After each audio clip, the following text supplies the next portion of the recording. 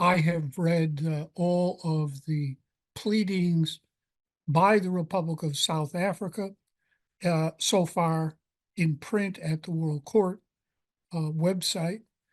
And my analysis is based on my knowledge, judgment, and experience. South Africa will win a cease and desist order against Israel for genocide against the Palestinians. So this order, when it comes down, could have very significant consequences for Israel. Well, at that point, the entire world will know that Israel is inflicting genocide against the Palestinians, and under Article 1, they will have an obligation, quote, to prevent, unquote, the genocide against the Palestinians. I believe that the Republic of South Africa will then take the order to the Security Council for enforcement. It appears so far that the United States government would exercise a veto power to prevent the Security Council from enforcing the order, which it's supposed to do under the terms of the United Nations Charter. But at that point, then, South Africa can take the order to the United Nations General Assembly for enforcement under the Uniting for Peace resolution. And that could produce the following consequences for Israel. First, the General Assembly could suspend Israel from participation in United Nations activities, exactly like the General Assembly suspended the criminal apartheid regime in South Africa at that time and the genocidal Yugoslavia from participation in the United Nations organization. Second, the General Assembly could admit Palestine as a full-fledged UN member state.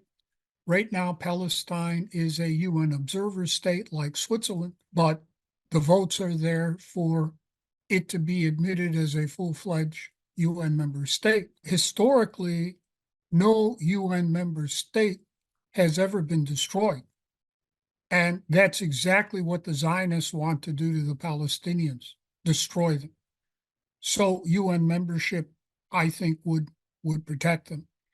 Third, the General Assembly could set up an international criminal tribunal for Israel as a subsidiary organ under UN Charter Article 22.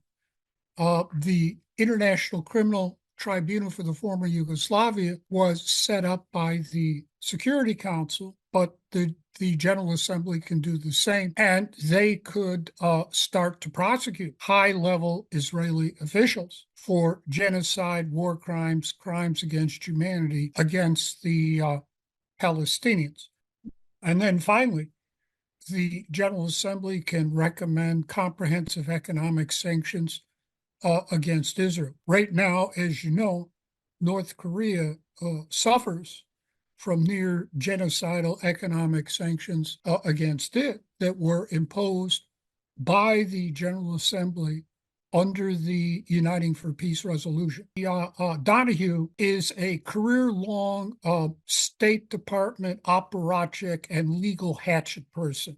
I am certain that she is right now telling the United States government about all the behind-the-scenes maneuvers that are going on at The Hague, and will keep them informed. Second, unfortunately, the president of the court has a lot of power to shape the legal proceedings, and I'm sure she will shape the legal proceedings in favor of Israel and the United States and against the Republic of South Africa. If you read Article 3 of the Genocide Convention, paragraph 3E criminalizes complicity in genocide. And certainly the Biden administration has been aiding and abetting and complicit in the Zionist genocide against the Palestinians. This also violates the U.S. government's own Genocide Convention Implementation Act.